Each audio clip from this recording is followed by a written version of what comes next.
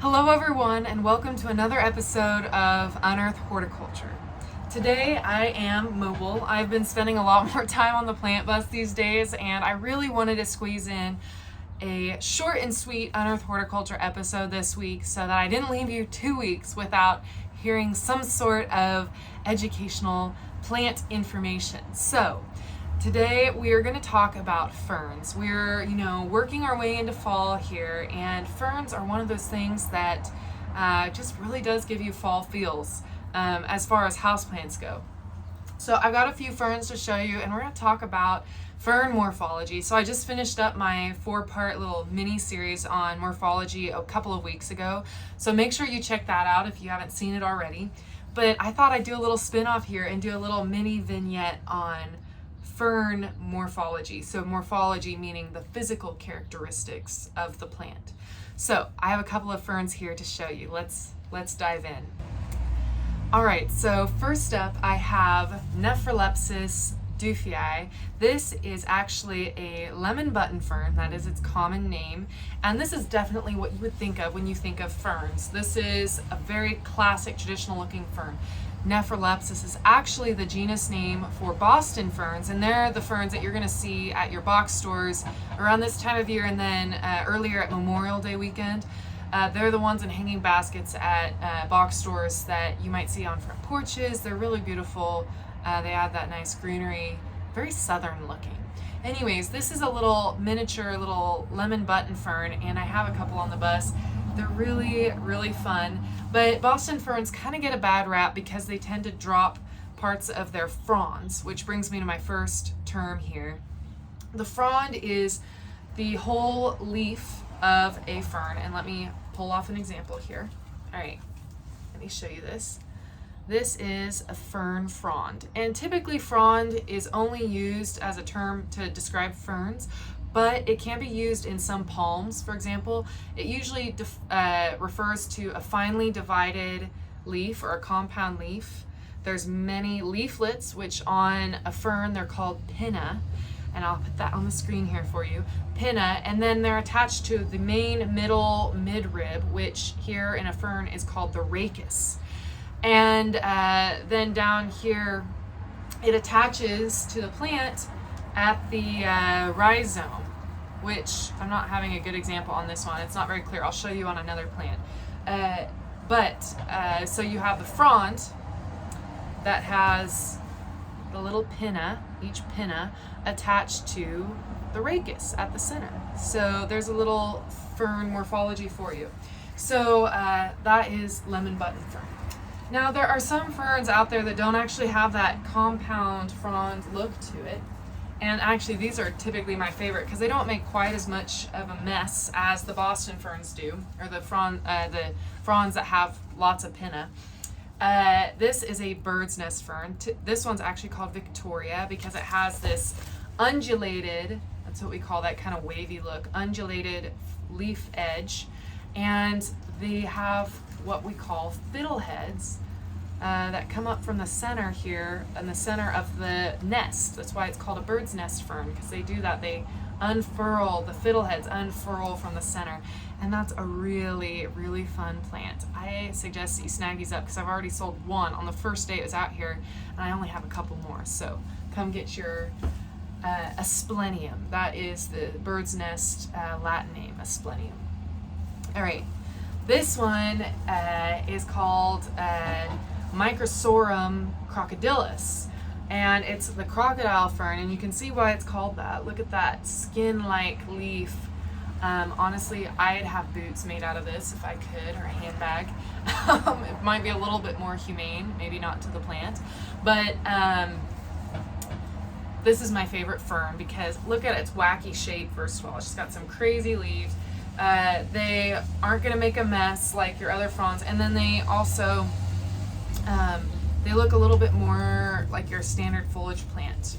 Now, the thing to keep in mind with ferns is their roots are a little bit different than other plants. Typically, when you pull a plant out to look at the roots, you want it to look white. All right, let me give you a better angle. You want the roots to look white. That means that they're healthy. And when they're dark, it means they're starting to rot and decay. Well, ferns, their roots are actually dark like this, and you can barely see it on the camera there. But the dark roots are not a problem. So if you pull out your fern to check root health, don't be shocked if you see some dark brown roots, because they're actually living and healthy. So it's a little bit harder to see if your roots are decaying. You have to pay attention more to the top of the fern to see if it's getting overwatered. So that's just a little plant care tip on ferns. So that's a microsorum. Let's see, I have another microsorum here, and this one is called Kangaroo Paw. What I like about Kangaroo Paw is it can really handle dry down well. So if you've ever taken care of a fern, you know they like it consistently moist. Well, Kangaroo Paw does a lot better with it dry. I have it really quite dry here, and you can't see it very well, but yes, it is quite dry. But the reason Kangaroo Paw gets its common name is because its rhizomes, see if I can show you, its rhizomes stretch out and they're kind of fuzzy like a foot. Let me see, I'll probably show you it up close here. But Kangaroo Paw is really pretty. Its rachises actually are this dark kind of burgundy color, and so that's a really beautiful plant to have around. A little bit easier care as far as ferns go. All right, let me pick up Blue Star. This is a blue star fern. It's a phlebodium, and I really love that fern genus name, phlebodium. It's just really fun to say.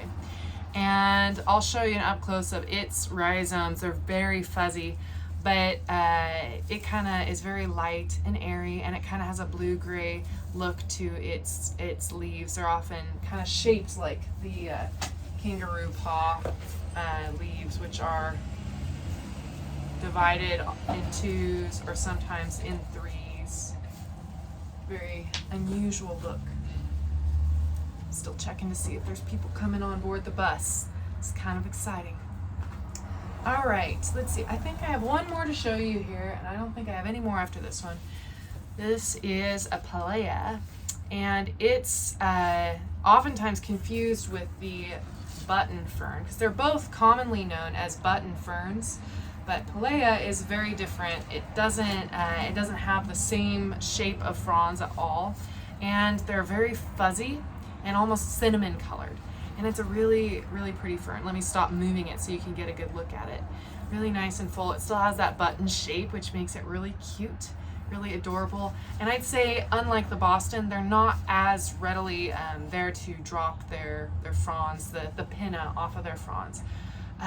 What I see on this is really cool. I wanted to show you. So ferns are different than other houseplants in that they can reproduce by spores. And I have some examples on the back of the leaves. So if you know, like spores, where have you heard that before? Like mold spores. So spores kind of disperse by wind, by air, and it's not by seed. It's not sexual propagation, it's asexual. So I have here up close, you might be able to see it here. This is, the back of the leaf is sporulating. And so if you ever go to a florist and you have ferns in your arrangement and they have little dots that look like little cinnamon on the back of the fronds, that's actually the fern spores. So don't get freaked out by it, even though it looks a little crazy. Woo. Yeah, don't get freaked out by it. It looks a little bit creepy, but it's also really cool. And why do we collect plants anyways? Because they're cool. So that's all I have for you today, all about ferns. If you have questions about fern care at all, let me know. They're really great for low light areas, and especially as we go into shorter days. So swing by the plant bus and we will find a fern that's a good fit for you. Until next time, you've been watching Unearth Horticulture.